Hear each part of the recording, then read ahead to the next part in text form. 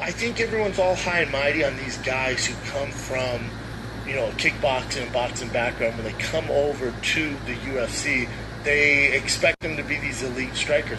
The distance, the combos, the head movement, the number of variables, it's a completely different game.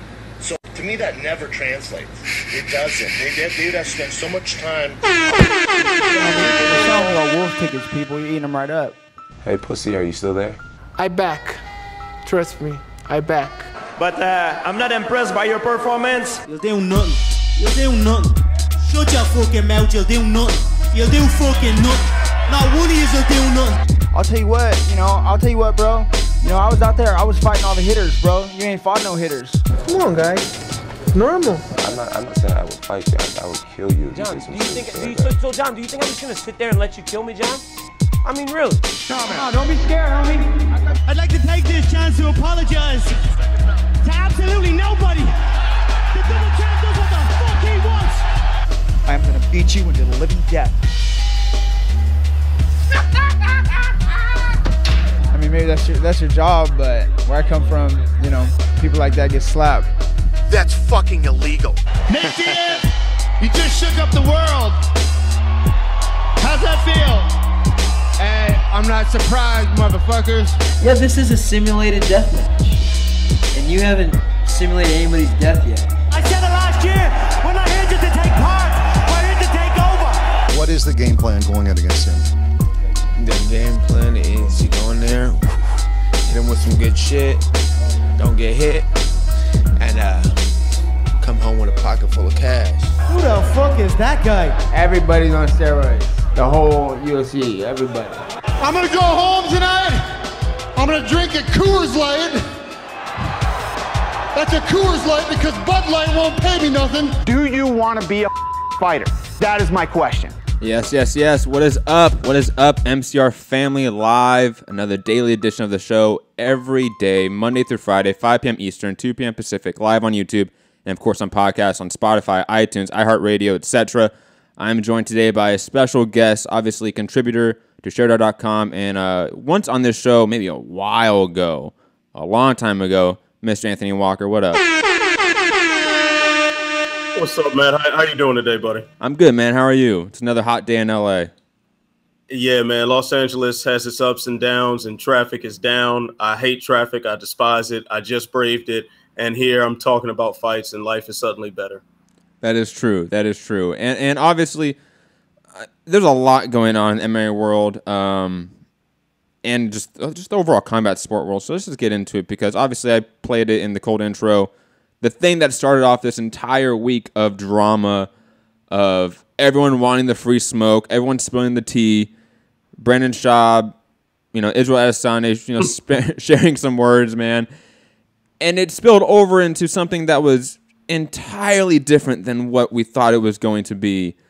Let me quickly set the table and everything like that, because people should know. Obviously, that video was played or posted by Israel Adesanya, sort of shitting on Brendan Schaub, who is, Fighting the Kid podcast, known sort of personality now in MMA and entertainment. Got the new Showtime show. Salute to him.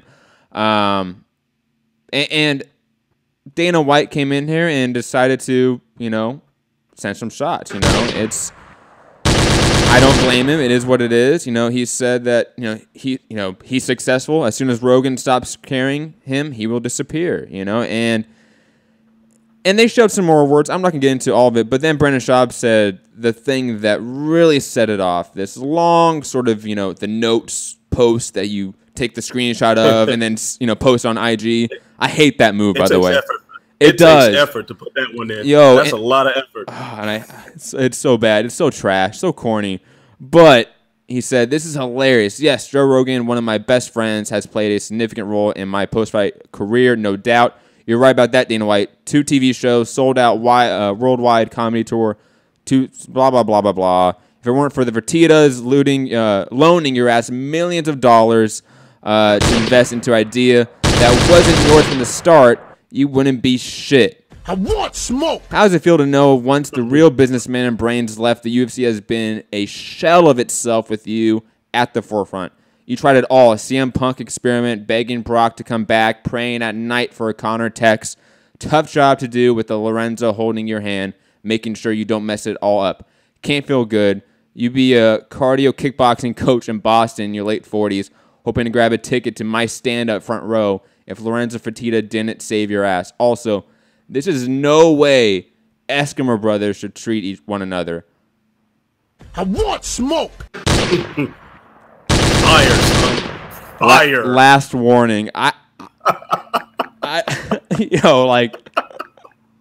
Can you think of anything more MMA than this? No. Is there like this is classic MMA right here. This is like everything that we hate and love about the sport just wrapped up into one beautiful, ugly, racist, sexist package right here. Like it is ridiculous.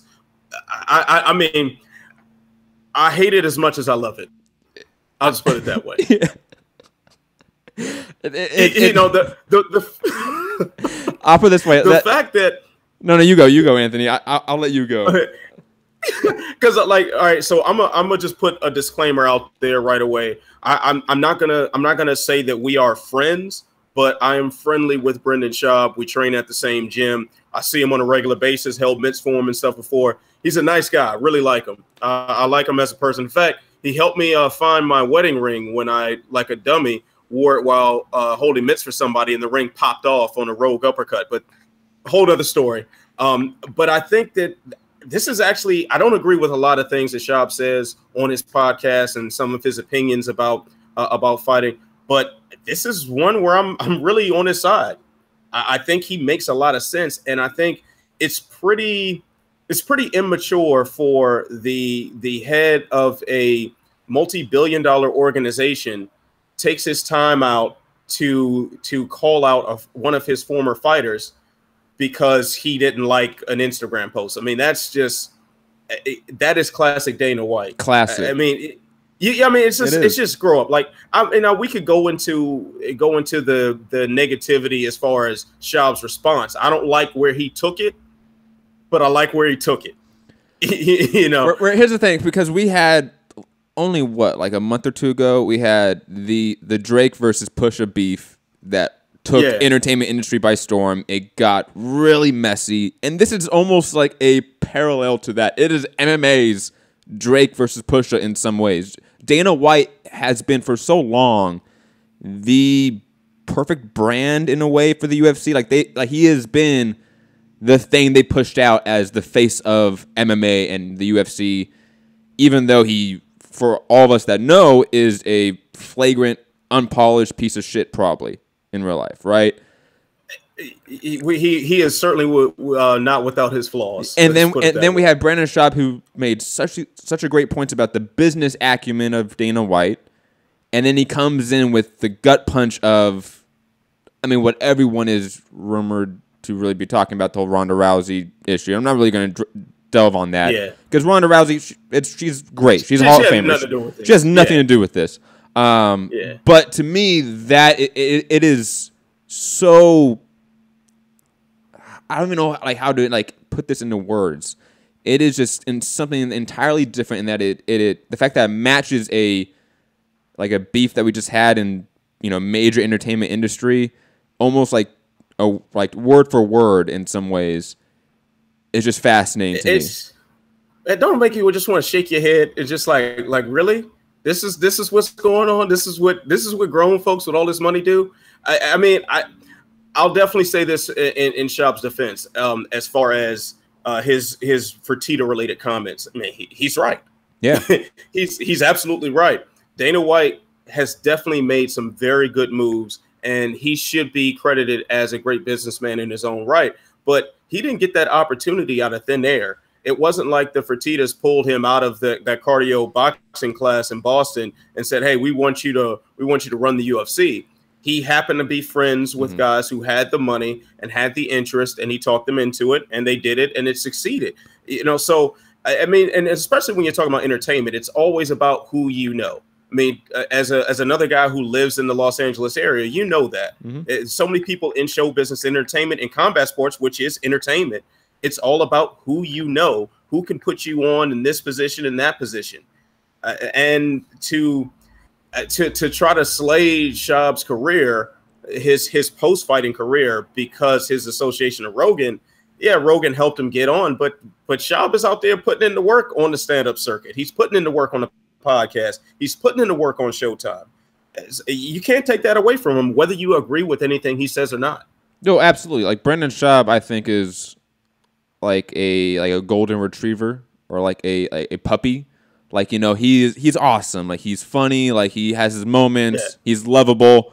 But he's sort of an idiot at times. Like, he's a lovable idiot. And I think he's made a phenomenal job at having a post-fight career and, you know, sort of in the stepping board of his fighting career. I think he's done it better than probably almost anyone has, to be honest. I mean, what other fighter out there is getting a premium network show deal like with Showtime? No one is. And I'd say this: he's doing it better than Chuck Liddell, who's about to jump back in the cage. Oh God! You know, you see that? You saw that video of him doing pads with Ray Zeffo?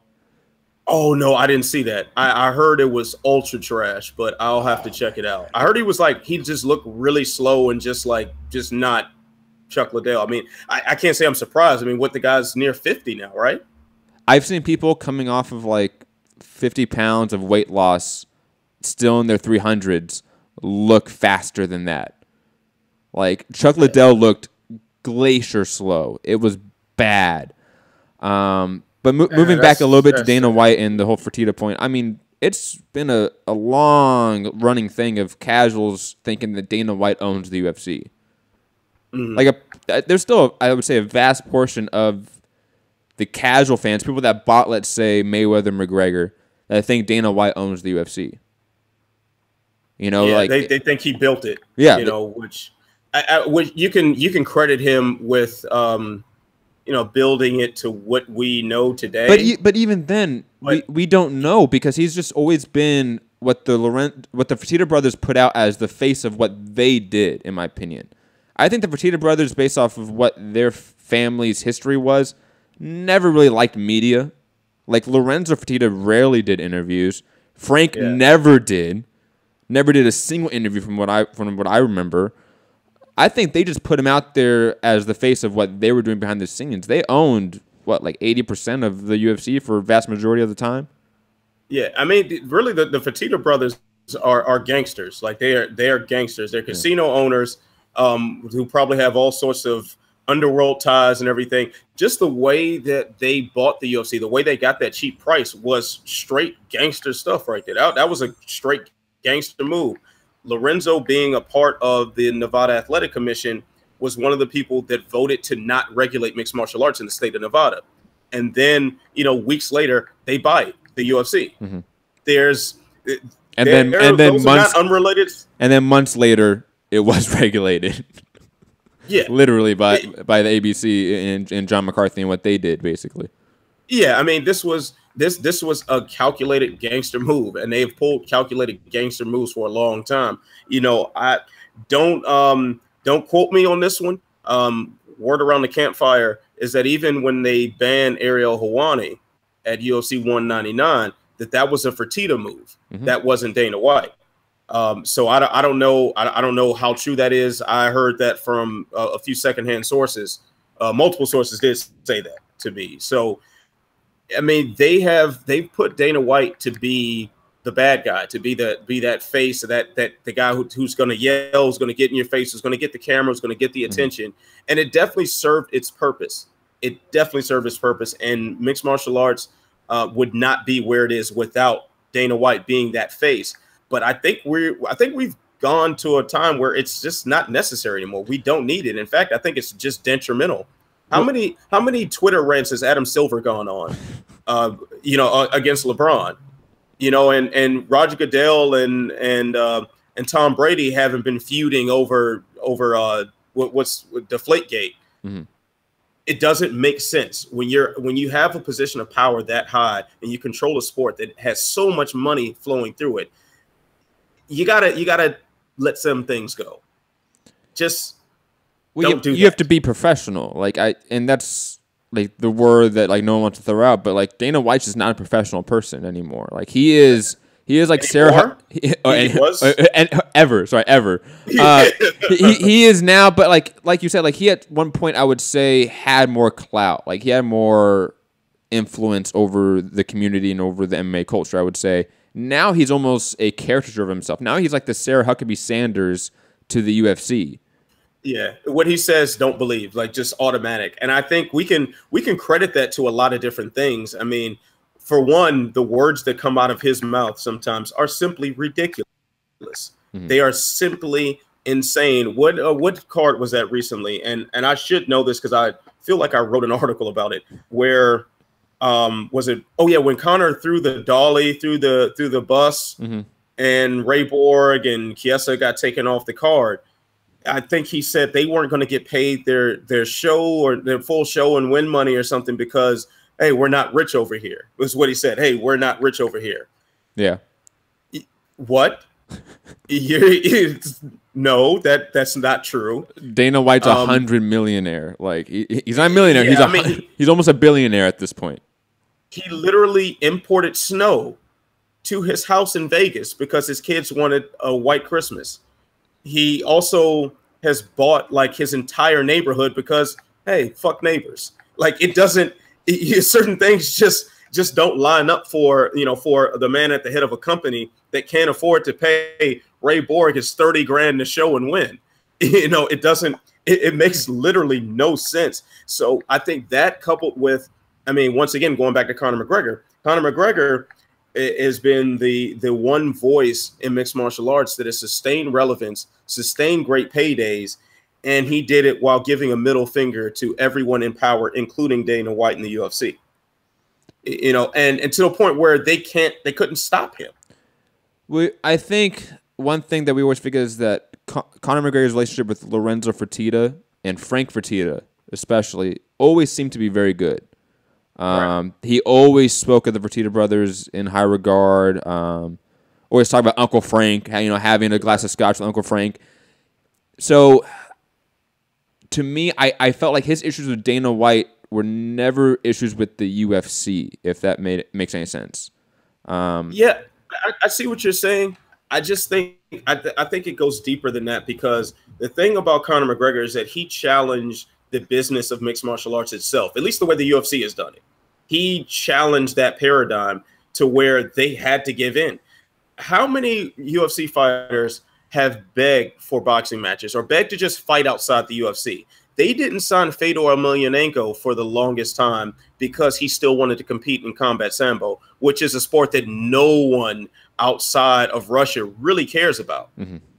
They wouldn't let him do that. And we're talking about someone who is easily on the greatest of all time list, and they didn't let him do that. Another potential greatest of all time candidate, Anderson Silva, begged to fight Roy Jones Jr. Roy Jones Jr. showed up cage side for so many of Anderson's fights because they wanted this fight to happen. And they were both willing to fight in each other's sports. Didn't happen because they were concerned about the legitimacy of the sport. Mm-hmm. At least the Fertittas were. Conor decided, yeah, that doesn't mean anything to me. And he forced that Floyd Mayweather fight to happen, and UFC just had to get on board. He got his boxing license in California. In my estimation, it was to waive the potential of the Ali Act in front of them.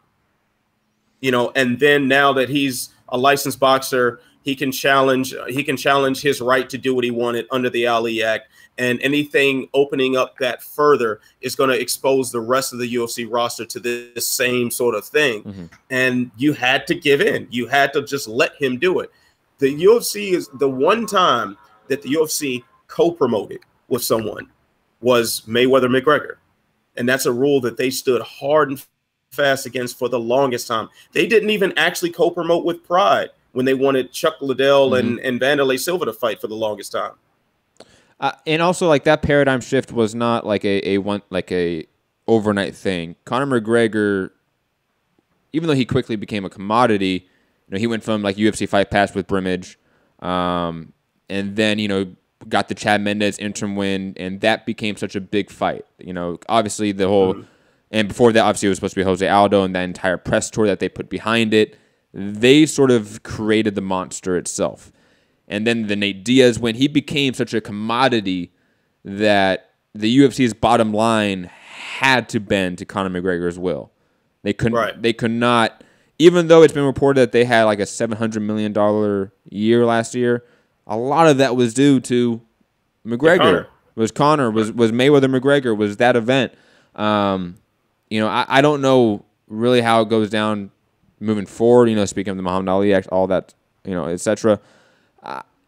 I think Conor McGregor is in a position where he can do whatever he wants, and the UFC is going to have to pay him the biggest check that they're ever going to pay someone.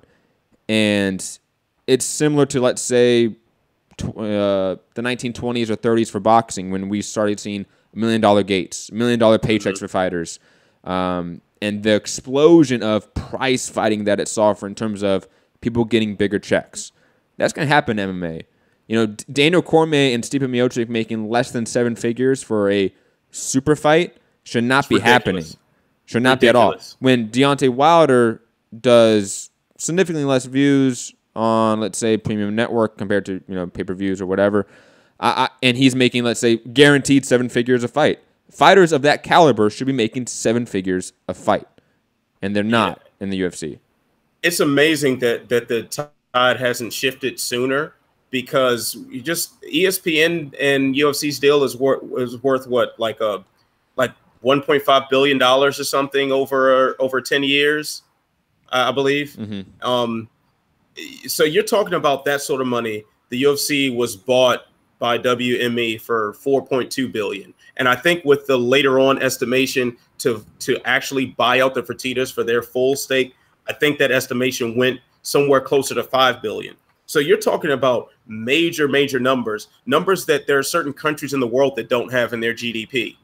And you've got the two, you know, the two of the best fighters that you have on your roster fighting each other, both champions, both with significant resumes behind them, and they both make their combined guaranteed purse was like 1.1 million. That makes 0 sense. And it's amazing that the tide hasn't changed yet. It's amazing. And even the way they got rid of Leslie Smith, who's the head of Project Spearhead, was, I mean, can it be any more blatant? You know, I'm very surprised that the fighters are, by nature, fighting is a very selfish pursuit. It's a thing of solitude. So there's a certain degree of that. But when you just look at the numbers, I mean, come on, guys, wake up.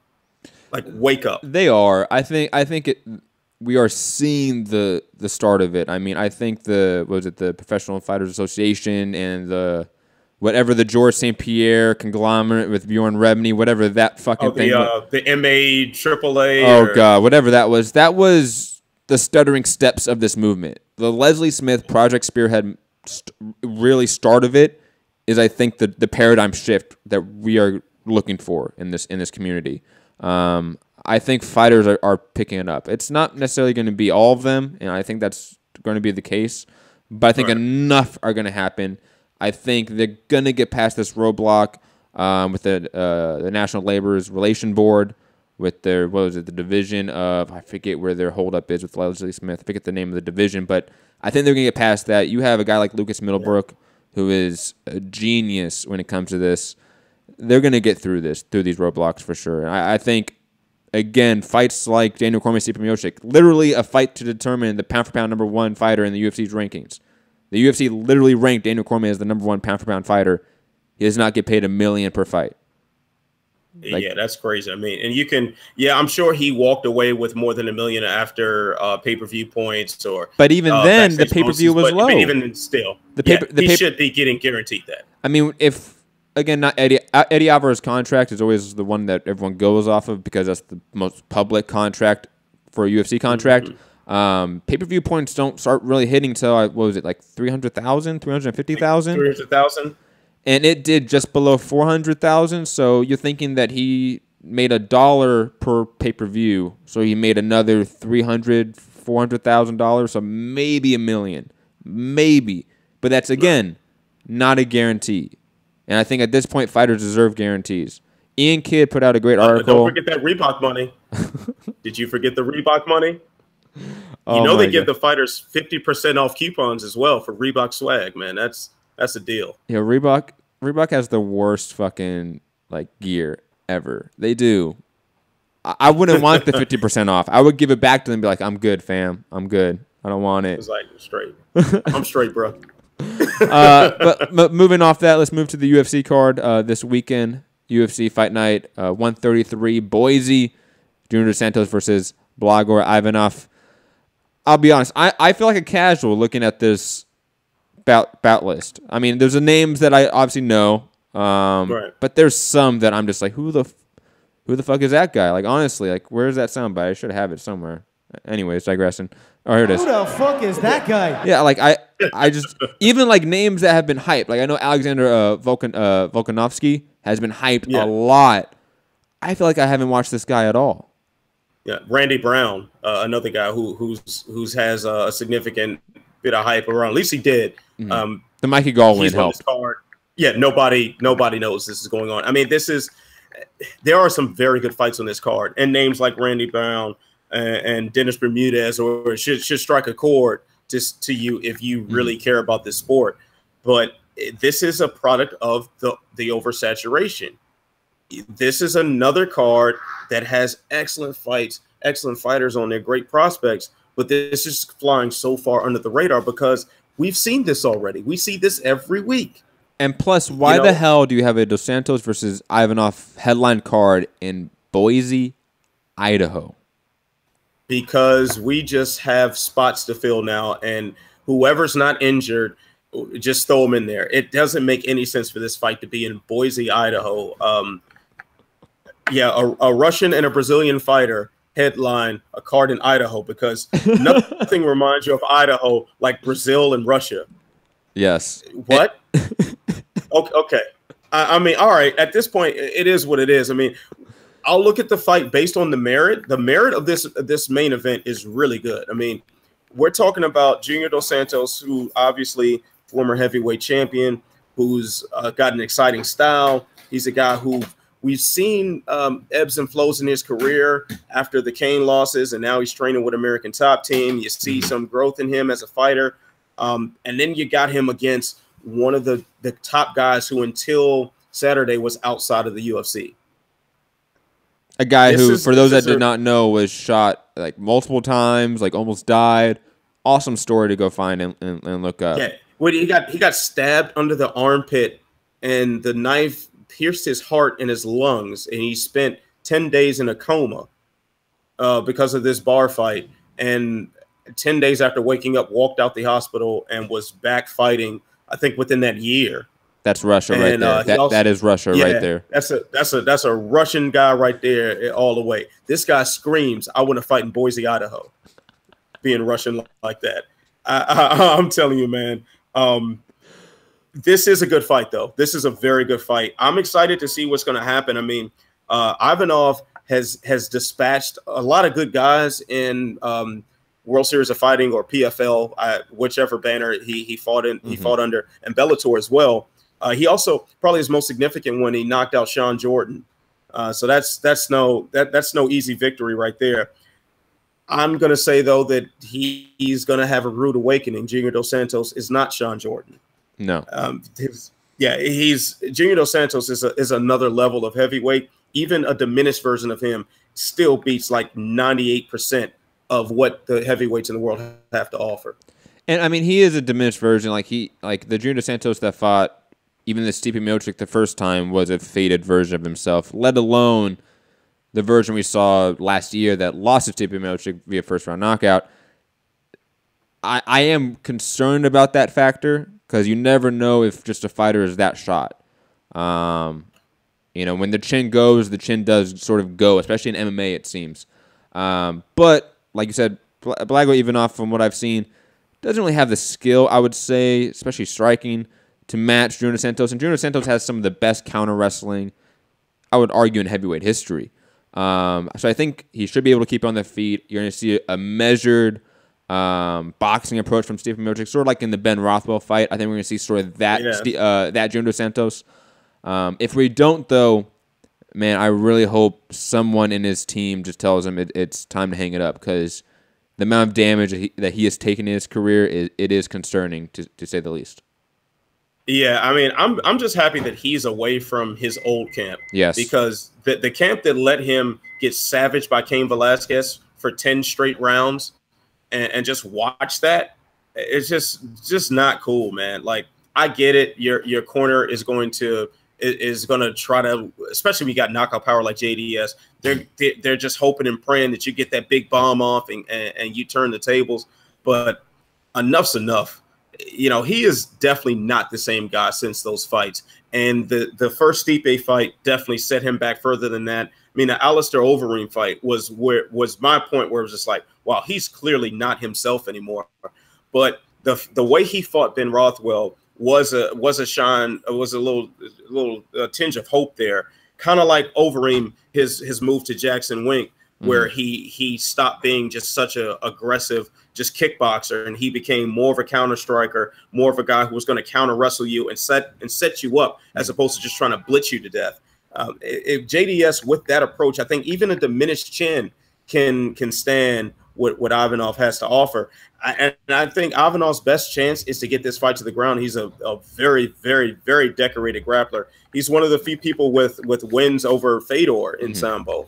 Also, yes. And he's I think he was considered for the judo Olympic team, but decided to fight in mixed martial arts instead. So this is a guy who comes to grappling, gets it in, but JDS is not a guy who you're going to take to the ground very easily. Even Cain had trouble getting him to the ground, and even had trouble like keeping him there. Like, it's one thing to take down Junior Santos, but he has some of the greatest hips in the world in terms of getting out of there and getting out of the guard and just, you know, wall walking up. And he's good usually.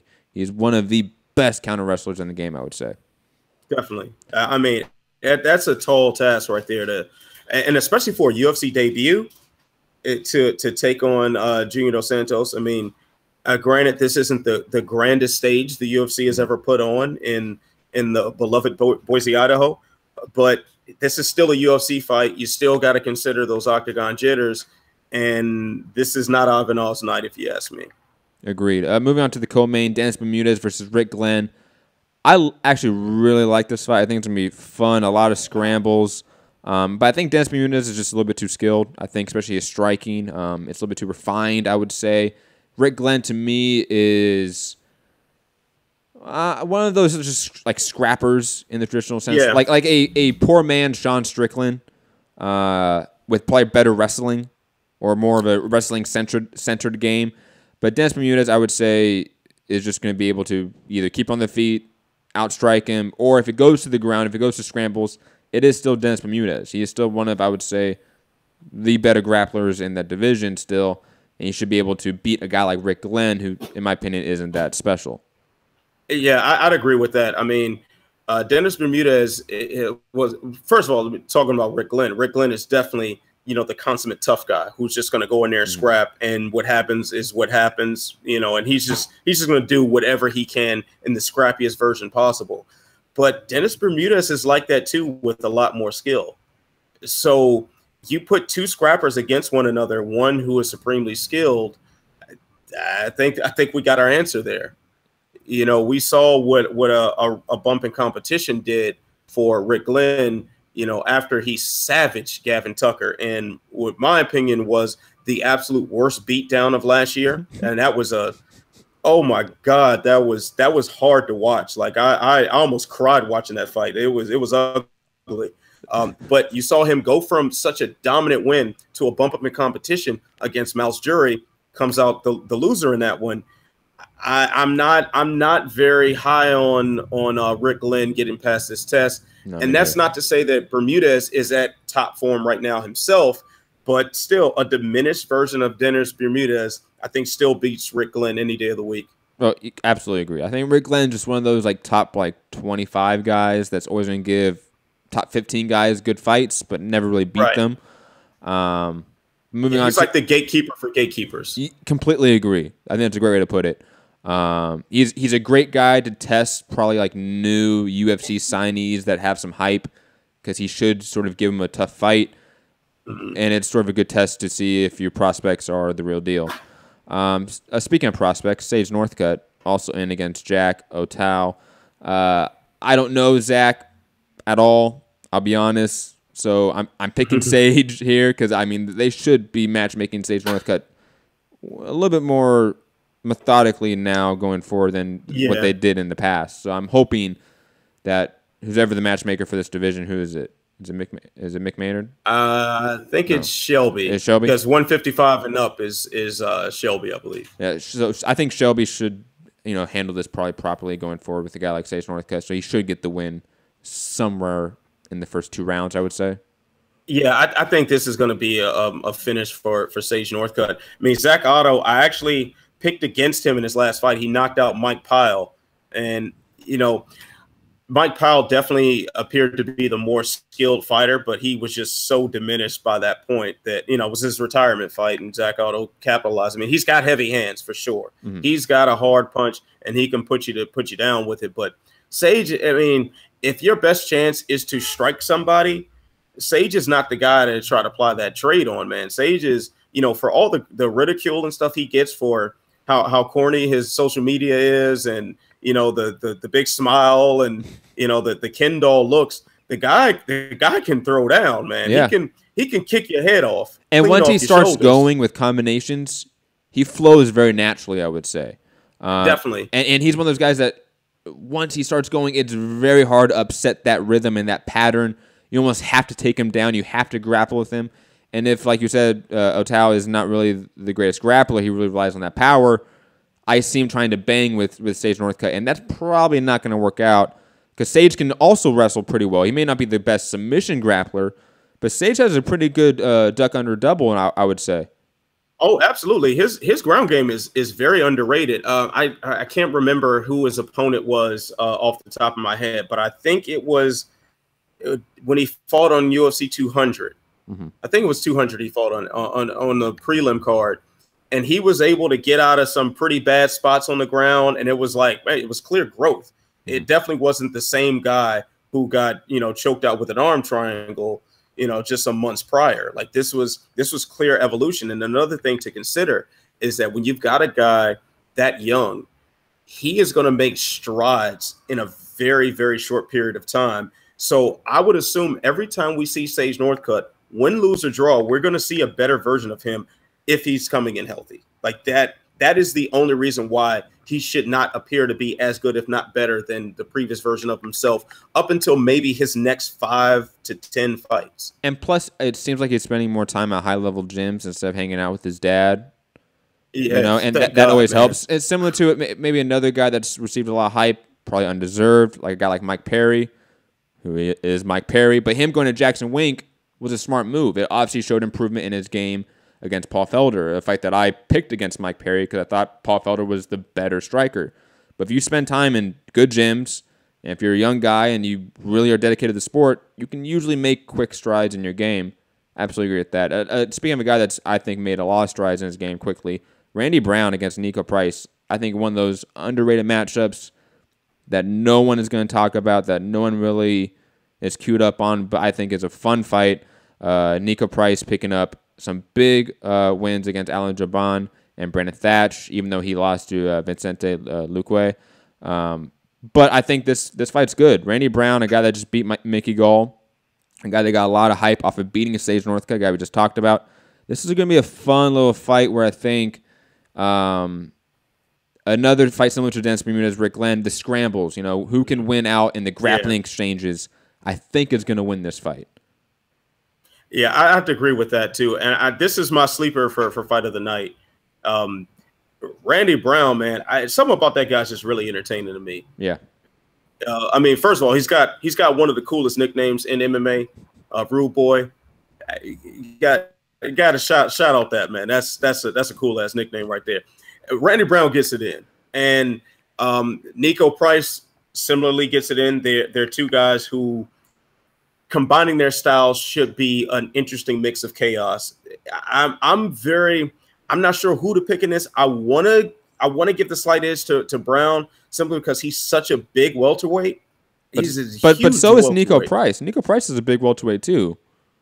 Okay, yeah, maybe I'm just, and maybe in comparison to their opponents, I'm not quite seeing. I didn't see it as much with Nico Price. Maybe I just wasn't paying enough attention. We have to remember Nico Price also fought like guys like Brandon Thatch. Brandon Thatch, a big guy. I mean, Randy Brown's bigger. Thatch is huge. I mean, Randy Brown's a 6'3" welterweight. Like those don't come around often. You know, Nico Price is 6 feet, like he's still shorter, but you're right. Randy Brown is the bigger guy. He is.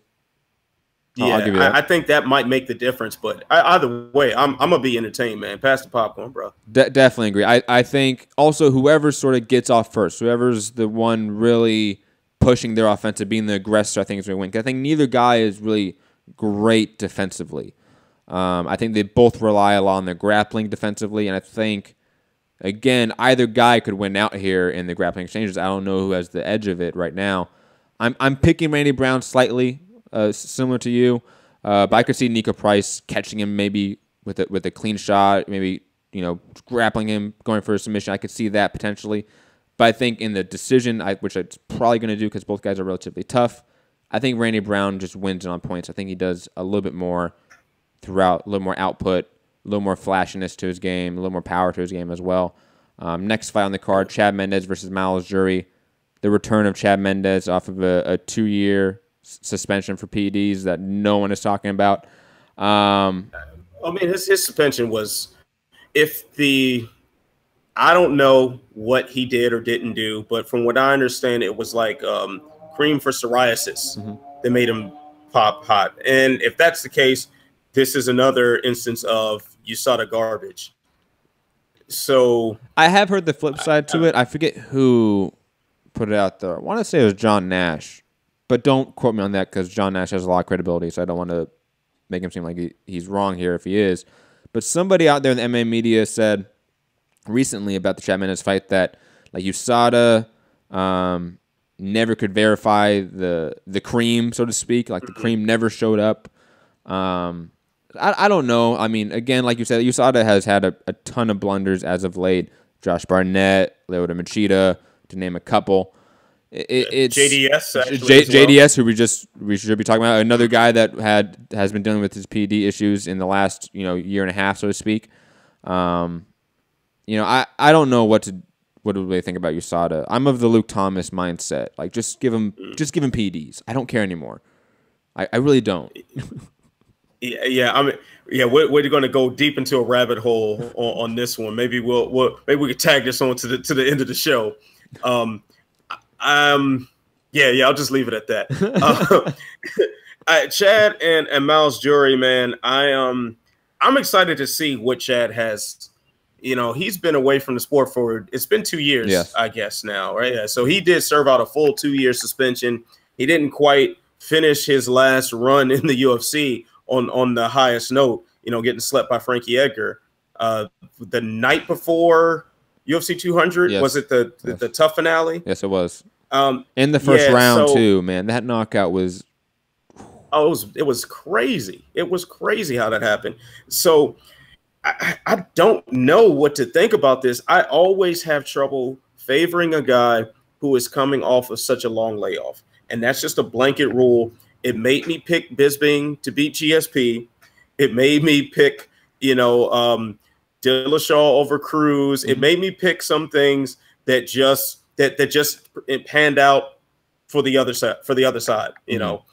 But I'm gonna have to do it again because I don't know what you look like after 2 years on the bench.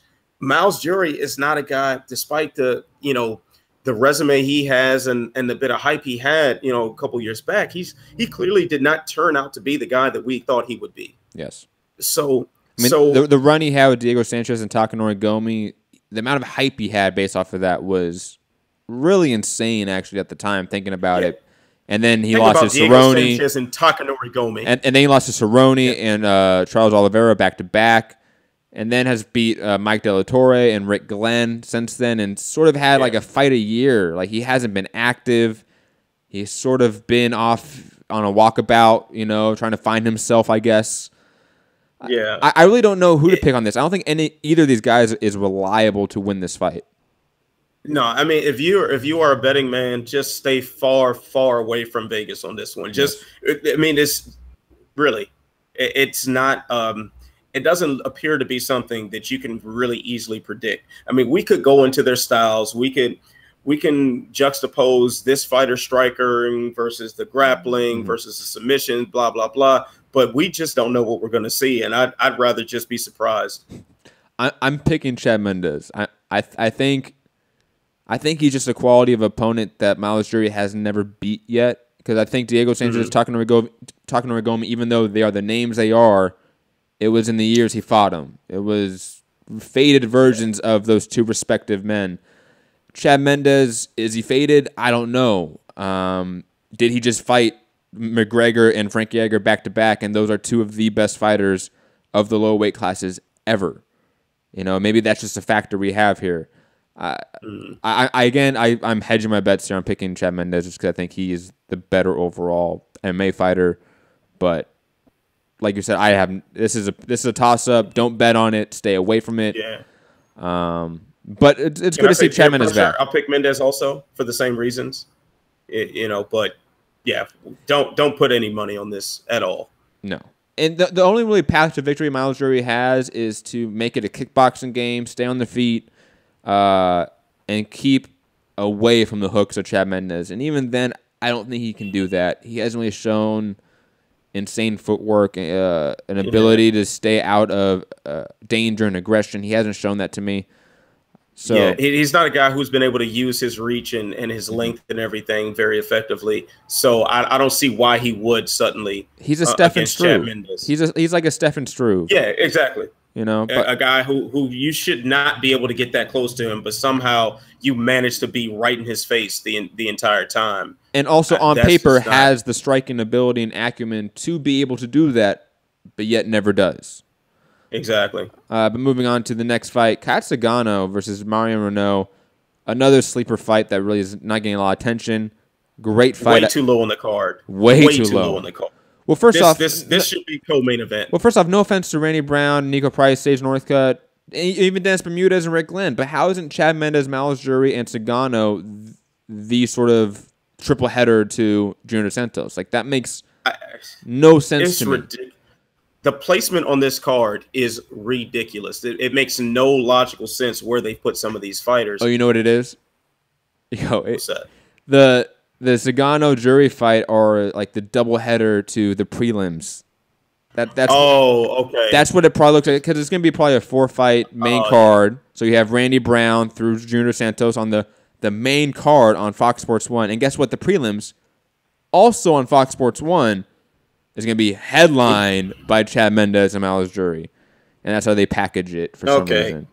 That's what it looks like to me. Yeah, I mean, but even then, that's fucking stupid because it's all in the same network. It doesn't make any sense. The prelims whatsoever. Like the whole separation of the same channel, and then you got to set your DVR twice. Why? Why are we doing this to ourselves? I don't get it. Whatever. You know, this is one of those things. We just okay. That's what you do, guy. That's what you do. Yeah, I don't know. But digressing back to the fight, Zingano versus Renault.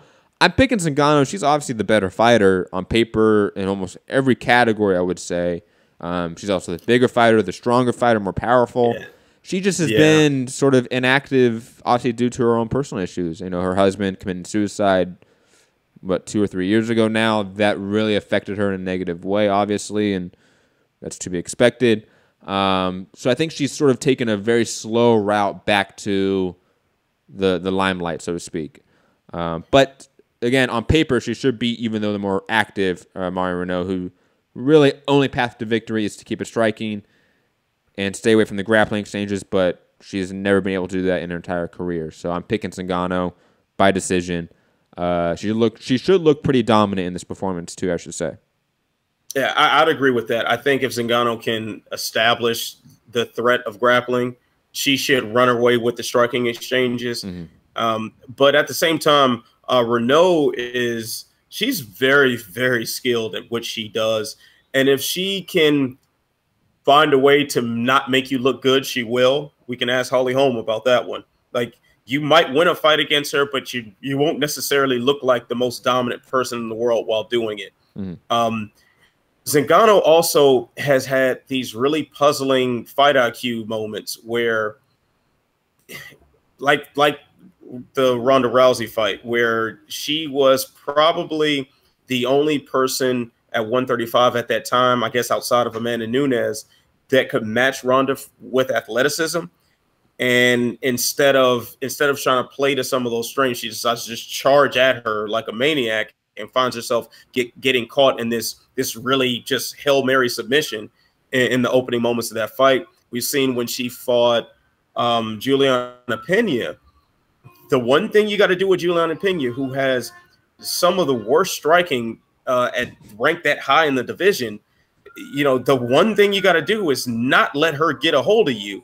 And when you're a good enough grappler like Zingano is, with the level of Muay Thai that she has, that shouldn't be the most difficult thing in the world.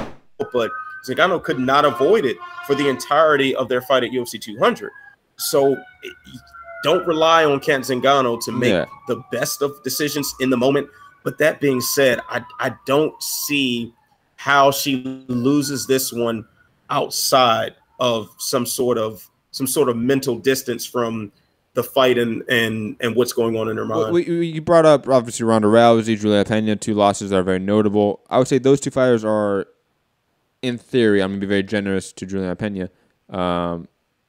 They're specialists in a way. You know, Ronda Rousey obviously for her judo and submission skill, and Pena for her wrestling. And Marion Renault is not a specialist in any way. She's very much a scrapper, like a Sean Strickland. I think it's always the best comparison to use for those scrappers.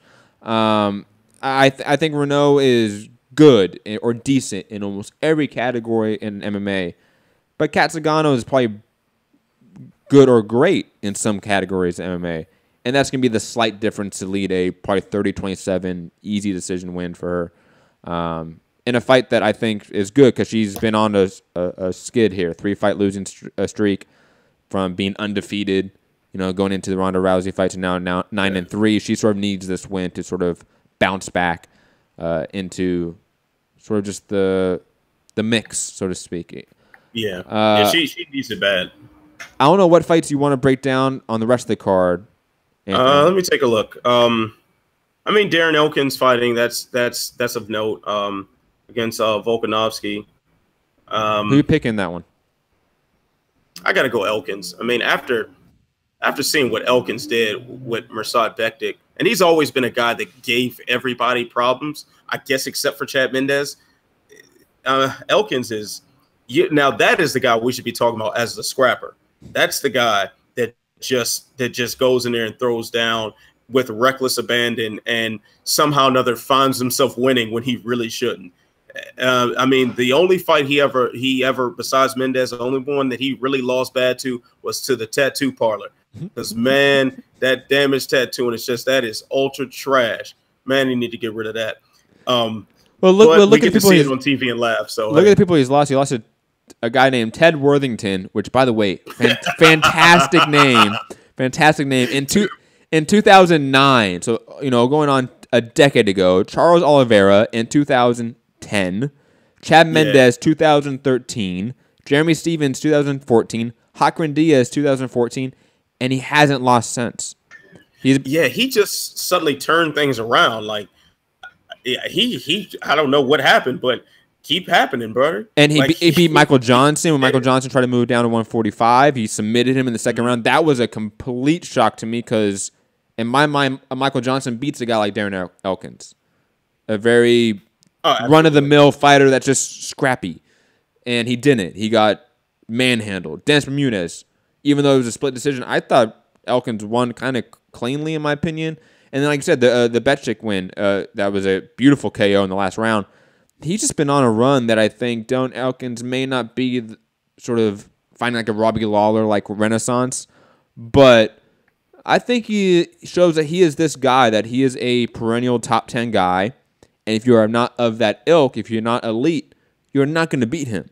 You're not going to style on him. And I think Volkanovski, I don't know much about him. I've only seen bits and pieces of his career. I don't know if he's that. Maybe because I don't really trust just showcase wins in Eastern Europe, I just don't trust him really. I don't at all. So I think Darren Elkins should be the favorite in this. I'm picking him by decision. Though I could definitely see a submission in the second or third round because Elkins is that good. Yeah, I think he's going to finish him. I mean, one thing you don't want to do is put a prospect, put your new hot prospect against Darren Elkins. That is just not good for business right there. If you want to build this guy into something, Elkins is not somebody he should be facing, you know, this early into a UFC career.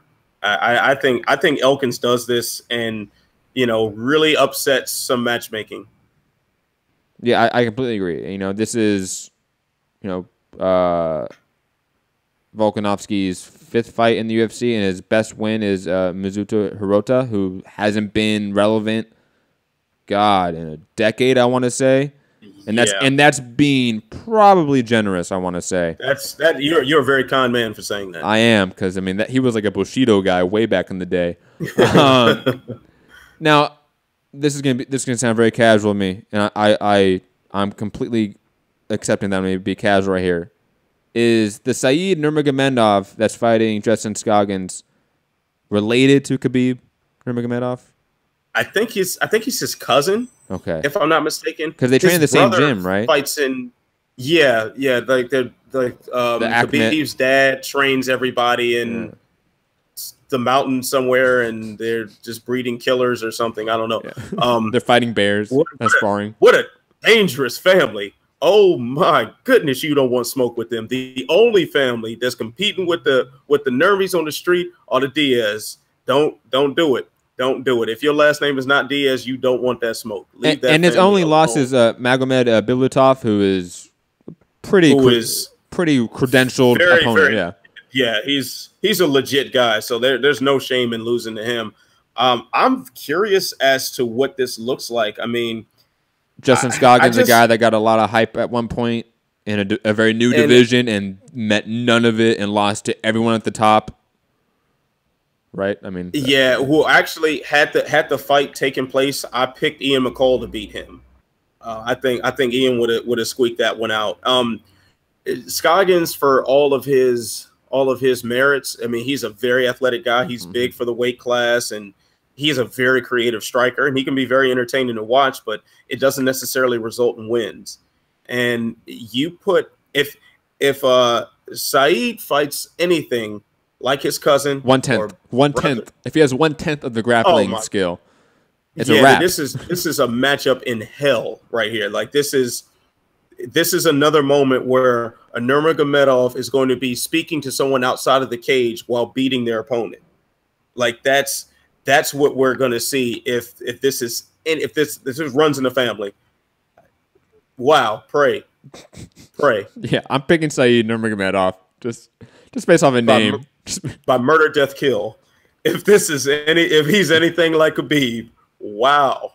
And that's no knock on Scoggins, man. I think Scoggins is a very good fighter when he turns it on properly, when he's dialed in and does the right things. But the problem is, and granted, if he fights like Khabib, there are not a lot of things you can do right.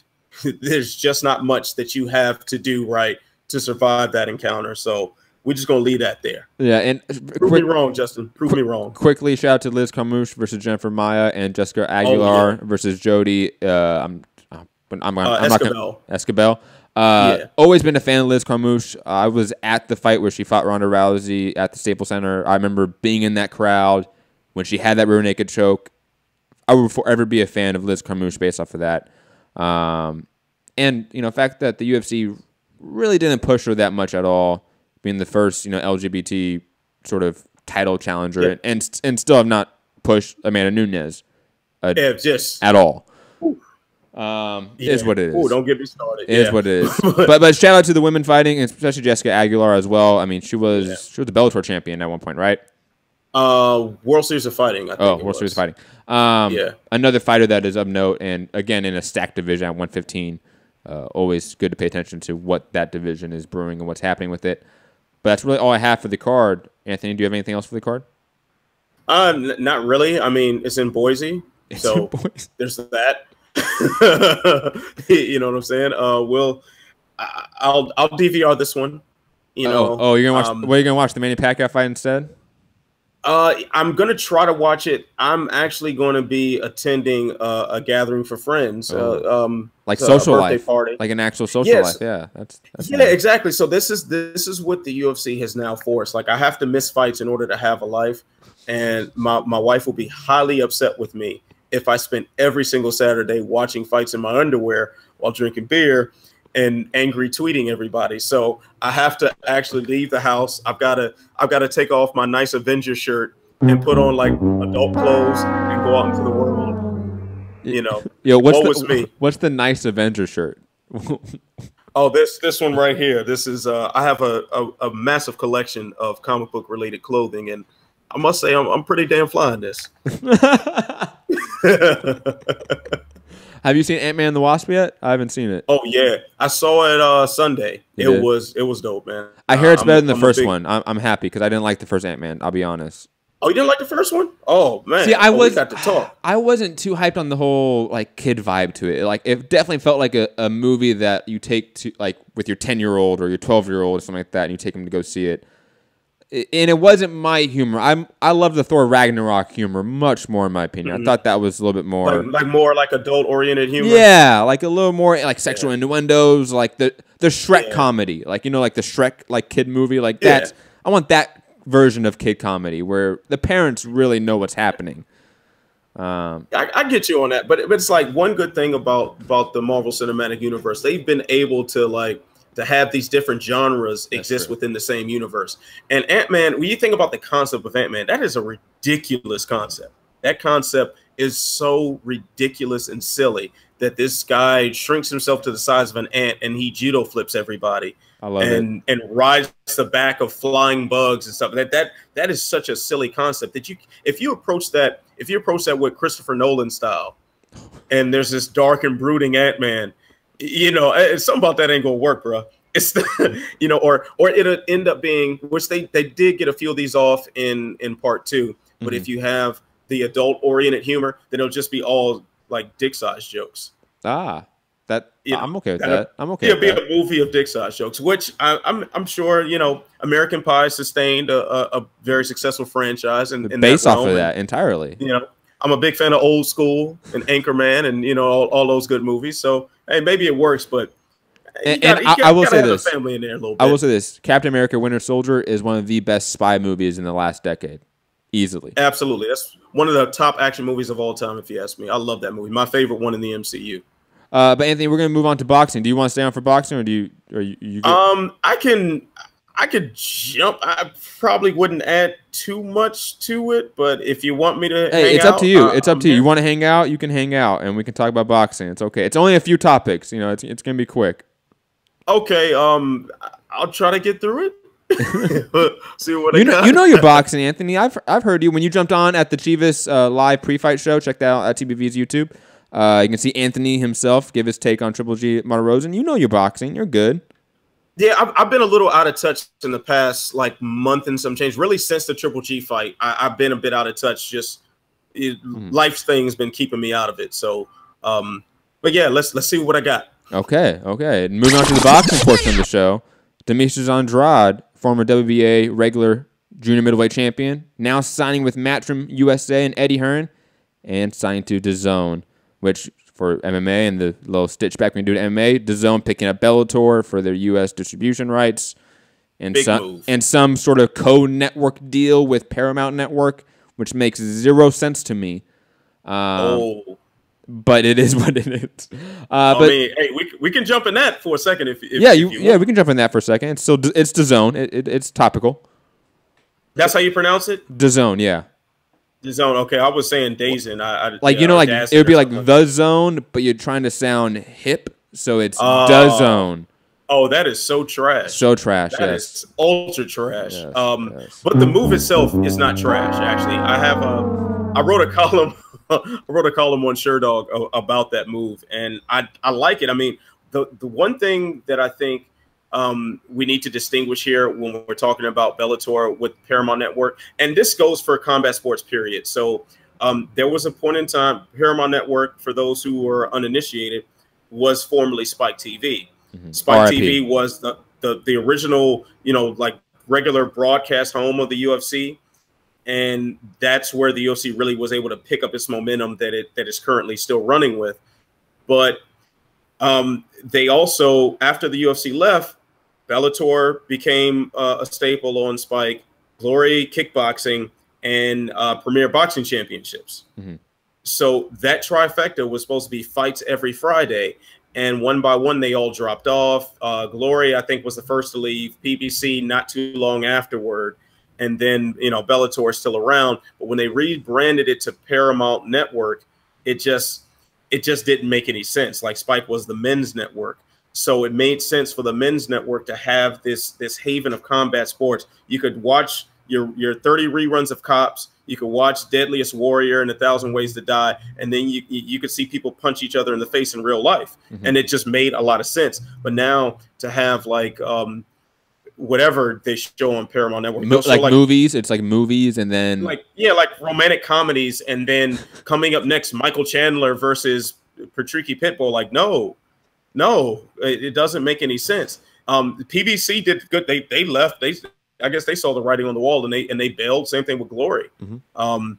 So to move to a platform that is streaming, which obviously is the way that the TV is headed, it makes a lot of sense. I mean, I think we're in just this weird transition period where so many people have landline cable, so many people are used to watching television the way we grew up watching it, to where now all these streaming services are popping up and all these different subscriptions and ESPN Plus with Top Rank and now the UFC next year. It's just this mingling of all these streaming services and confusion. How do you watch it? I think DAZN. DAZN, trash ass name.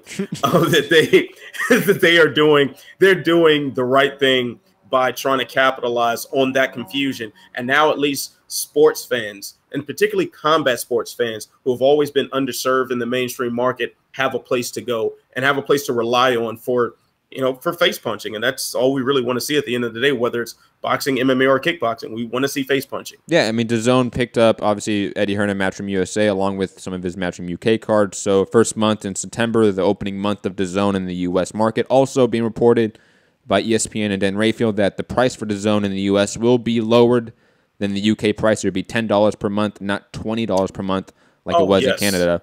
So Anthony Joshua versus Alexander Povetkin is going to be in the first month. Obviously, the big mega Bellator card with the welterweight Grand Prix that they're unveiling, the Rory McDonald versus Gegard Mousasi card, or fight, I should say, that is all in that month as well. Amir Khan versus Samuel Vargas is on DAZN that month. So DAZN is at least trying to do something. And like you said, like in terms of the paradigm shift of landline cable providers and now to streaming apps and streaming services, I think the new streaming apps are the new cable providers. Like that's why we have ESPN Plus. That's why we have DAZN. That's why we have whatever it may be that we are going to get in the future. I think we're just going to see that evolution. I think people that are under a certain age bracket will get it. We're going to be cued in on the paradigm shift, and we'll be okay. But the older generation, they're going to continue to be that small percentage of viewers on TV. There's a reason why Israel Adesanya versus Brad Tavares did 500,000 viewers on Fox Sports 1. Historic low number for UFC on FS1. That's because most people are watching online now. They are. Right. And it may not be legally online too. But to curve that, you sort of have to monetize the streaming market. How do you do that? You create apps. And make it easier. Similar to like iTunes, like sort of, and Spotify and all these sort of music streaming apps really taking out the entire illegal streaming market. Because now, why go through all the hassle of illegally downloading music when I can just pay $7 to $10 a month and get as much music and play as much music as I want from whoever that's coming out? It's going to be the same thing with TV and sports. And Demetrius Andrade, great pickup. For those that do not know, maybe Anthony that does not know, now at 160. I don't. He's being talked about to fight Billy Joe Saunders, who's the WBO middleweight champion. Their purse bid is being ordered within 10 days. It's going to be interesting to see, obviously, now that he is signed to Eddie Hearn. Eddie Hearn battle with Frank Warren, which is UFC versus Bellator, which is, sort of any sort of classic rivalry within promoters of the sport, especially in the UK. That is a old one between the Hearns and Frank Warren.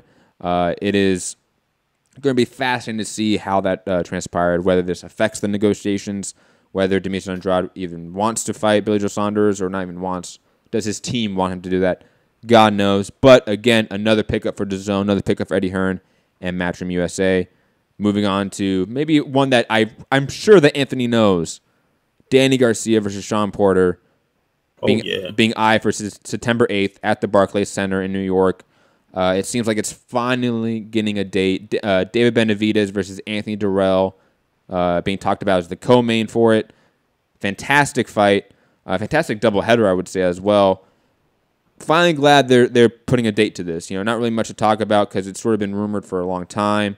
But we have a date, September 8th, Barclays Center. Be there for the live fight chat when it happens. Anthony, as a casual boxing fan, where does this fight rank to you in terms of interest? Very, very interesting. I mean, Danny Garcia has always been a great fighter to watch. Sean Porter repeatedly finds himself in exciting fights. I mean, I still have chills thinking about the Keith Thurman fight. That was an excellent fight. The Adrian Broner fight was another highlight for me as well. Both of those guys together, they can make fireworks. I mean, Danny Garcia too. He's not shy of being in an exciting fight himself. I mean, right off the top of my head, the Lamont Peterson fight comes to mind. That was a barn burner right there. So I don't see how this isn't entertaining. Off the top of my head, I probably want to favor Garcia to win. Interesting. But why? But he seems to be the more consistent guy. He just seems more consistent to me. Granted, he doesn't have the power that Porter does, but I see him being able to land the more consistent shots and at least maintain enough distance to not get too hit up himself. So, I could be wrong on that. No, it won't be the first time. I'll put it this way: I've gone on the record saying I'm picking Danny Garcia to win, and that's not the consensus pick. Like most people, I would say in the boxing community, in the media, in the fandom, are picking Sean Porter based off of his activity, his volume, his aggression. Danny Garcia, not being the most active guy, can tend to be outboxed at times, or at least outfought, I would say, at times. But, things that you mentioned, I think Danny Garcia will be able to land the cleaner shots throughout because he has better timing, he has better accuracy. Sean Porter, even though an entertaining, exciting fighter, is not the most accurate guy. He swarms his own shots to where they're ineffective. I think Danny will be able to counter him throughout the fight, be able to win rounds, win a tight decision. But definitely a close, fun fight. One that I'm glad casuals are sort of picking up on, so to speak. It's definitely one of those that I think because there's been really no media push for it. You don't see Sean Porter and Danny Garcia on social media talking about it, pushing for it. It feels sort of underwhelming to me, but hopefully the names of these guys is enough to sort of translate to casual interest. But I think they should put some money behind this because I don't think Danny and Sean are the best self-promoters in the game, I would say. Definitely. Just keep Danny Garcia's dad away from any camera. And yeah, we might be on to something positive. No. See, here's the thing. You put Danny's dad and Sean's dad in the same room, and that's all you need. Just put all the cameras on them. Because Ken Porter is something else, man. First off, that guy at his age is still picking up the finest women out there in Vegas. Salute to him. Salute to him, man. God. Way to go for Ken Porter. But Ken can talk some shit, man. Even though Angel Garcia is a crazy cocaine addict, racist, it doesn't matter. Ken's gonna talk some shit. So I'm hyped for that at least. I'll be honest. Maybe that's the key. Just throw a camera in front of them and consequences of society be damned. We're gonna have a fight. That's true. And David Benavidez, Anthony Durrell, fun fight. David Benavidez should be the favorite though. Anthony Durrell being, I think, the better Durrell brother overall, being more durable, but still not an elite guy. One of those perennial top 5 guys who, if you beat him, you are elite. You are truly elite. If you don't, you can still be really good. And if he trashes you, you don't belong anywhere in the conversation in boxing. But fun fight at the top right there. And also another sign that David Benavidez is not with Top Rank, that he sort of had to recant all that, give the signing bonus back to Top Rank because he did sort of breach his contract. Moving on to one last piece of news before we head out of here. Vic Saluda dropped in decision Ryu Yamanaka to capture the WBO strawweight title. Salute to Vic Saluda, the new WBO strawweight champion and a new Filipino champion as well. Philippines always being a huge boxing market. But that is it, ladies and gentlemen. Another daily edition of the show. Anthony, let the people know where to find you and any final thoughts you have. You can find me on Twitter, @Walker MMA. Yeah, that's my Twitter handle. Check out my weekly column on SureDog.com. Just normally me ranting and raving about something I like or dislike in mixed martial arts. Every so often, I'll do a boxing column as well. So, yeah, we didn't even get to talk about Cormier. Oh, but whoa! What did we forget? Cormier. Oh, Daniel Cormier. You just want to talk about him, period? Oh, just how great that was, like, and then the whole Brock thing, and you know. Well, go on. No, go. I mean, you can speak on it. It's okay. I can turn off the music. I can turn off the music. It's okay, man. You want to talk about it? We can talk about it. I just wanted to rap with you about that just a little bit because you know, I am not a pro wrestling fan at all. I pretty much hate pro wrestling. Ever since I found out it wasn't real. It crushed me when I was a 10-year-old, and I haven't quite recovered from the trauma. so to see Daniel Cormier, who, if you don't have in your top 3 as the greatest of all time, you're probably doing it wrong. To see him do what he did, and then a pro wrestling moment happened, and I know he wanted it, but it felt strange to me. It felt strange, but hey, we're gonna buy it when he fights Brock. We're going to buy it, regardless of how ridiculous it is. Oh, we're definitely as far as meritocracy goes. We're definitely going to buy it. Take my money. And I'll put it this way: I'm not the biggest WWE fan. I've never really have been, but I like The Rock back in the day when he was in when he was in the shit, and I like the Stone Cold era. Like I paid attention to it vaguely, like very casually, but I always knew it was fake. So I have no issue with that. Like I'm okay with sort of putting on a fake show. Like that's never really bothered me, to be honest. So I don't feel off about that. But speaking of Daniel Cormier being top 3, has to be top 3. There are 4 names that could be ahead of him. 4. Oh, really? 4. Okay. John Jones. Actually, you could put 5. You could put 5, but I won't. John Jones, Anderson Silva, and this is not in order. Anderson Silva, Georges St. Pierre, Demetrius Johnson, and hell, even Fedor. And hell, even Fedor you can throw in front of him. But I'm just throwing that out there just for argument's sake. Yeah, you asked for the argument, but no, but like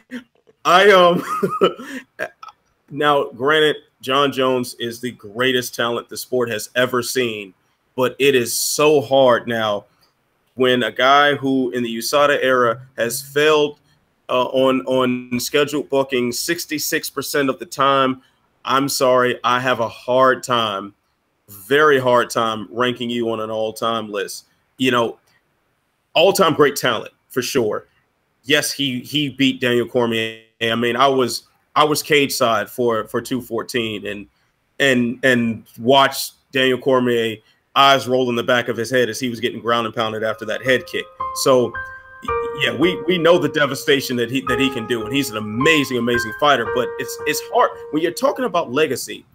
It's hard to separate the drug test failures. And I know this is the UFC is new to drug regulation in comparison to how long the sport has existed. So of course, I'm sure everybody was juicing back in the day, and we can't. We're going to have a lot of conflicts if we mix in eras and whatnot when we're comparing lists and considering that. But for a guy that's competed clean, as far as we know, a guy who was on track to be one of the greatest heavyweights of all time, left the division and seemed to lose a piece of himself athletically in dropping down a division. And the only person he's lost to has been the colossal screw up known as John Jones. And then to go back up to heavyweight and knock out the most successful heavyweight champion in UFC history in the first round, it's hard to, well, man, it's hard to not give him top 3 for me. I'll put it this way. I mean, obviously, I think he should be ranked above Demetrius Johnson because Demetrius Johnson lost at the higher weight class. Like, in the respective idea, like, if you're comparing him to DC, DC's run at heavyweights undefeated. Demetrius Johnson's run at bantamweight is not. You know, I think that he would still, if he moved up to bantamweight right now and fought a Dominic Cruz, TJ Dillashaw, Cody Garbrandt, those are all pick-em fights for me. That is sort of hard to separate in terms of the discussion. So I think Demetrius Johnson's out in terms of top 3. I think he just can't be in it right now. Though if he does move up to 135 again and beats those guys, he's back in the discussion, definitely. Fedor's out of it because the Pride run is the Pride run. It's so isolated in his career. He doesn't have this truly long run of beating top-quality opponents. He has moments of beating top-quality opponents in a long run of being undefeated. Quite different. Hungman Choi, sorry. Yeah, quite different than a DC or even a John Jones or George St. Pierre who had a run against the top consistently for a decade or so. George St. Pierre, I think, is one of those that his win against Michael Bisping, whatever you think about that, determines your opinion on George St. Pierre. But again, speaking on your point about drug testing USADA, where do we throw a guy like George St. Pierre, who for a vast majority of his career, his entire prime, was drug tested on fight day? And a guy of his caliber could have easily got the good shit, could have easily got the shit to pass that. And to sort of answer my own question really here quickly, I think in 100 years from now, we won't talk about any of these guys as the greatest of all time. That's my honest opinion.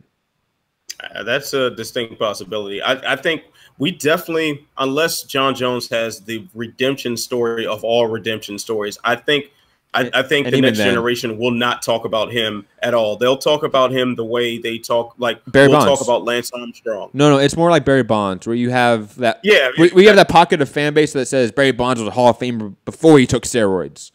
Right? You're gonna have those people that say John Jones is a Hall of Famer beside the steroids, and I'm not gonna, or it's the best of all time, and I'm not gonna really dispute that. Like, if you want to believe that, that's fine. Like, me again, my own personal opinion, I don't really throw the PED test or the positive test. Like, it makes him go out. It makes him no longer be in the running for greatest of all time. Like, Anderson Silva to me is still in the running, even though he popped. I can't divorce what they did as athletes with this PD, or no, what them has done as athletes and the greatness they have done with this sort of PED abuse. Like, I said that wrong. Hold on, digressing. I know what you know what I mean. You know what I mean. You're picking up. I get what you're saying. For me, it's multiple failures that raises the red flag. Then what do you have? What do you have a guy like Josh Barnett who's failed four times? I mean, granted, his last one apparently was proven that he really, and USADA tried to railroad him on that, and that's another story. But he failed 3 other times, and one of those failures helped sink an entire promotion. Like, Affliction doesn't exist in part because he failed a drug test when they put all this money behind the Fedor fight that we never got to see. So it's very difficult to not think about that when you're talking about his legacy. For Anderson Silva, granted, the first PED violation, all right, so you had this catastrophic leg break, something that could definitely end a career, and you wanted to heal faster. You lost a bit of confidence. All right, that makes sense to me. But we also should be kind of suspicious of a guy who went on his best run in his mid-30s, who suddenly became like this dominant fighter, that late in life, when he had been kind of good but middling, up until that point. Never quite could win the big one up until that point. With George St. Pierre, in part retired for a little bit of time because the drug testing. Maybe he was using on his own. I definitely. It was always rumored. There was nothing ever credible, but I mean, there's always been stories. There's always been stories in gyms. I'll put it that way. Yeah, that's the same thing. I've heard some of those same stories, and however true they are, or we don't know. But what we do know is he at least was smart enough to pass his drug test. And I think there's something to say for that. If you pass the drug test, okay. I don't really. It's not really much else we can do outside of that. I mean, other than that, we'd be running just Gestapo tactics and just, oh, we think you are, so boom, you're done. You know, you could have a case like a Yoel Romero where it is actually proven, it is concrete proof that this person was the victim of a tainted supplement that they didn't volunteer for. This happened to them, you know, and they were the victim in this, and it screwed up portions of their career. You can have that, and I'll give you that one. But if it happens again, you know, yeah, okay, so you had dick pills the first time, and now what happened? Yo, it is so MMA. Yeah. We got dick pills, Eskimo bros. We got everything out there, man. The entire Urban Dictionary. Man. And let's not forget the blue vial, the Tide sex drug. Man, how strange of a sport where, like, now I definitely originally was a boxing fan before I got into mixed martial arts, and as the perspective of a boxing fan, I can see why they look down on MMA so much, because like this is chaos. It's like the rowdy like stepbrother of boxing. It is this sort of chaotic, unregulated mess. And especially it was like 10 years ago. It was especially that. It's a Wild West. Like mixed martial arts is like the drunk uncle of the family of sports. This is the uncle that comes in drunk and hits on your girlfriend that you brought home to meet the family, and you know, eats up all the food and kicks off his feet and puts it up on the dinner table. Like this is what MMA is. Let alone that it's seemingly a Gilded Age corporation that is somehow transported into 2018, where things like unions and like labor rights don't exist for the UFC. You know, right. Monopoly laws and regulation do not exist for the UFC at all.